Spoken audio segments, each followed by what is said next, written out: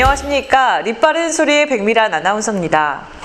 우리나라 업체 3개사가 주한미군에 납품하는 유류 가격을 담합한 혐의로 총 2,600여 원의 벌금과 배상액을 부과받았다고 로이터 통신이 현지 시간 14일 보도했습니다. 미 법무부는 이날 SK에너지, GS칼텍스, 한진 등 3개사가 주한미군 유류 납품과 담합 혐의에 대해 유죄를 인정하고 총 8,200만 달러, 929억 원의 벌금을 납부하기로 했다고 밝혔습니다. 형사상 벌금과는 별도로 독점 금지 및 허위 주장 등의 이유로 1억 5,400만 달러, 1,745억 원의 민사상 배상액을 미국 당국에 납부하기로 했다고 법무부는 덧붙였습니다. 유류가 담합은 한국에 주둔하는 미 육군과 해군, 해병대, 공군에 대해 지난 2005년 3월부터 2016년까지 이루어졌다고 법무부는 설명했습니다. 맥컨델러힘 반독점 법무차관은 기자들에게 전략적으로 중요한 지역의 주한미군에 대해 10여 년간의 유류 공급 가격을 고정하거나 입찰을 조작했다면서 결과적으로 미 국방부가 상당한 비용을 추가로 부담한 셈이라고 밝혔습니다.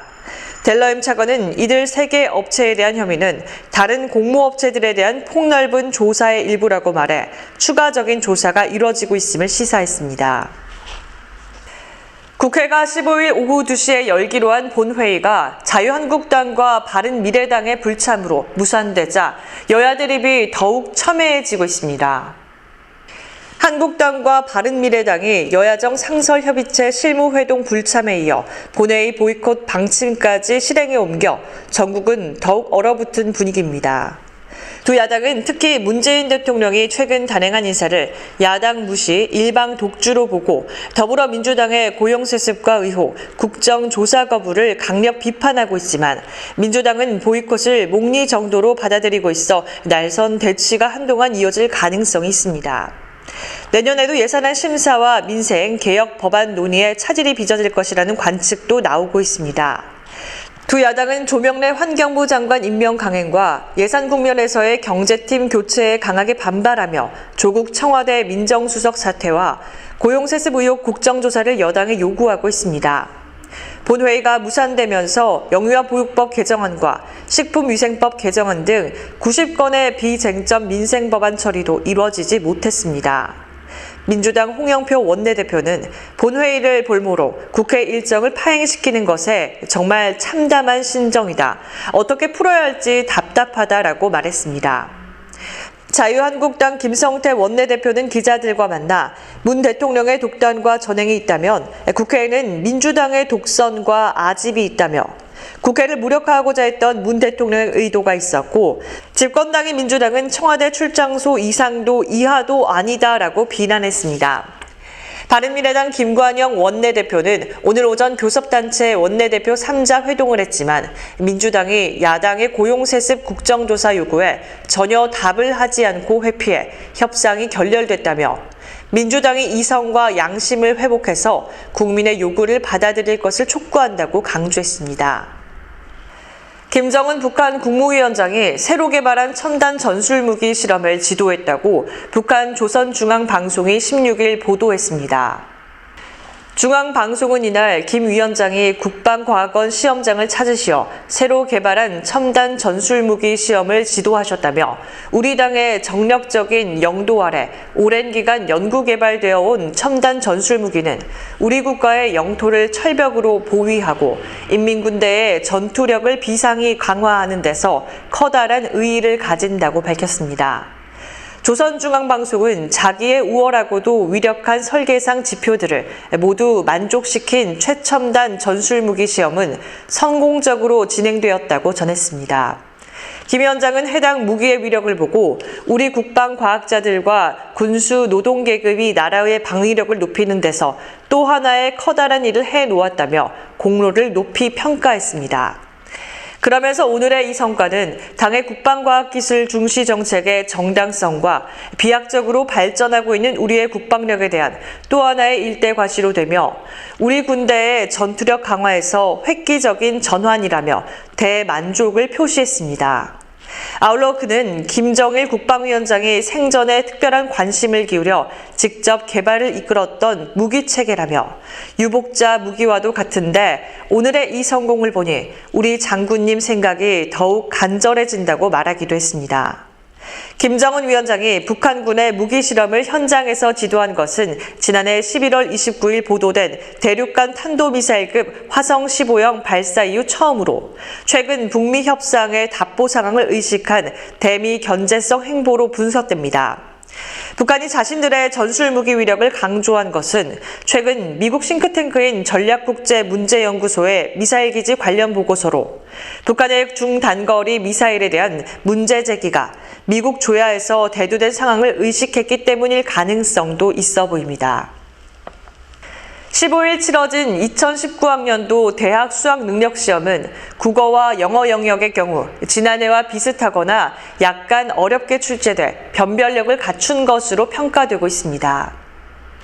수학은 지난해 수능과 비슷한 난도로 출제됐지만 최상위권 학생들을 가르는 킬러 문항에 특별히 까다롭지 않아 표준 점수 최고점이 낮아질 수 있다는 분석이 나왔습니다. 1교시 국어 영역의 경우 독서와 문학 분야를 중심으로 다소 어렵게 출제된 최근 2년간의 출제 경향이 이어진 것으로 보입니다. 2교시 수학 영역은 이공계 학생들이 주로 응시하는 가형과 인문사회 계열 학생들이 응시하는 나형 모두 비교적 익숙한 유형의 문제들로 구성됐고 다소 어려웠던 지난해 수능과 비슷한 수준이었던 것으로 보입니다. 지난해 수능에서 표준 점수 최고점은 수학 가형이 130점, 수학 나형이 135점으로 나타났습니다. 입시 전문 관계자는 가형의 경우 작년 수능은 물론 올해 6월과 9월 모의평가에 견저 쉬웠고 나형은 지난해 수능과 비슷한 수준에서 어느 정도 변별력 있게 출제됐다고 분석했습니다. 전국 86개 시험지구 1,190개 시험장에서 오전 8시 40분 시작된 이번 수능에는 59만 4,924명이 지원을 했는데 결시율은 3교시 영어 영역 기준 10.41%로 집계돼 역대 최고 수준인 것으로 추정됩니다. 평가원은 수능이 끝난 직후부터 19일 오후 6시까지 누리집에서 시험 문항에 대한 이의 신청을 받아 심사한 뒤 26일 정답을 확정 발표하고 수능 성적은 12월 5일 수험생에게 통보됩니다. 가게나 기업이 은행에서 쉽게 꺼내 쓸 수 있는 예금을 좀처럼 인출하지 않는 것으로 나타났습니다. 15일 한국은행에 따르면 9월 예금은행의 요구 불예금 회전율은 16.4회였는데 이는 16.3회를 기록한 1987년 1월 이후 가장 낮은 수준입니다. 요구 불예금 회전율은 예금 지급액을 예금 잔액으로 나눈 값으로 예금 회전율이 낮을수록 가게나 기업이 돈을 인출해 쓰지 않고 은행에 예치한 채로 두는 경우가 많다는 뜻입니다. 예금 회전율이 떨어진 데는 추석 연휴라는 일시적인 요인이 작용했기 때문이기도 하지만 근본적으로 불확실성 확대에 따른 투자 축소 탓이 큰 것으로 분석됩니다. 최근에는 미국 금리 인상과 미중 무역 분쟁, 글로벌 경제 성장세 둔화 가능성에 하는 금리 인상 가능성과 고용 부진, 반도체 경기 전망 불투명 등 대내의 불확실성이 얽혀 수익률을 보장할 만한 투자처를 찾기 쉽지 않은 상황으로 보여집니다. 부동산 대책에 따라 부동산 거래가 줄어들거나 증시 불안 때문에 주식 투자도 움츠러들면 예금 회전율은 더 떨어질 수도 있습니다. 조영무 LG경제연구원 연구위원은 부동산 거래가 둔화하거나 투자가 위축되면 대기자금이 늘어나게 돼 예금 회전율이 떨어지게 된다며 풀린 돈이 과거만큼 경기 활성화로 연결되지 못하고 있다는 뜻이기도 하다고 설명했습니다. 날씨입니다. 오늘 기압골의 영향으로 흐린 가운데 비 소식이 있습니다. 예상 강우량은 5mm 미만으로 얼마 되지 않겠고 오늘 오후까지 내리겠습니다. 작은 우산 하나 챙겨서 나가시는 편이 좋겠습니다. 오후부터는 북서쪽에서 찬 바람이 불면서 체감온도를 더 끌어내리겠습니다. 따뜻한 옷차림 하시기 바랍니다. 내륙을 중심으로 여전히 안개가 짙게 끼어 있어서 출근길에 운전 조심하시기 바랍니다. 경남의 미세먼지 농도는 보통 수준을 보이지만 대기가 정체되면서 미세먼지 농도가 나빠질 가능성이 있습니다. 창원 8도, 밀양은 5도에서 출발합니다. 낮 최고 기온은 창원 14도, 의령은 13도로 어제보다 3도 정도 내려갑니다. 아쉽게도 주말 동안 미세먼지 농도는 나쁨 수준이 예상됩니다. 다음 주 월요일 오전에도 비가 내리겠습니다. 지금까지 립바른 소리였습니다. 시청해주신 여러분 고맙습니다.